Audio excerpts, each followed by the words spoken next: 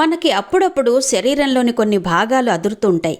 వాటిలో కళ్ళు ఒకటి. కొంతమందికి కుడి కన్ను అదిరితే మరికొంతమందికి ఎడమ కన్ను అదురుతుంది. శాస్త్రంలో కళ్ళు అదరడం గురించి ఎన్నో కథలున్నాయి. ముఖ్యంగా ఆడవాళ్ల కళ్ళు అదరడం ఎన్నో సంకేతాలనిస్తుంది. ఇక కన్ను అదిరిందంటే ఆడవాళ్లు తెగ భయపడిపోతుంటారు. అసలు ఏ కన్ను అదిరితే మంచిది, ఏ కన్ను అదిరితే మంచిది కాదు, దీని గురించి తెగ ఆలోచించి భయపడిపోతూ ఉంటారు. ఆడవాళ్ల ఎడమ కన్ను అదరడం శుభప్రదమని జ్యోతిష్కులు చెబుతారు. అవును, ఒక మహిళ ఎడమ కన్ను అదిరిందంటే వారే ఏవో మంచి పనులకు శ్రీకారం చుట్టబోతున్నారన్న అర్థం వస్తుంది. అంతేకాకుండా ఇది వారి సంతోషం, అదృష్టానికి సంకేతంగా కూడా పరిగణించబడుతుంది. మహిళల ఎడమ కన్ను అదిరితే మీ ఇంటికి అతిథులు వస్తారు.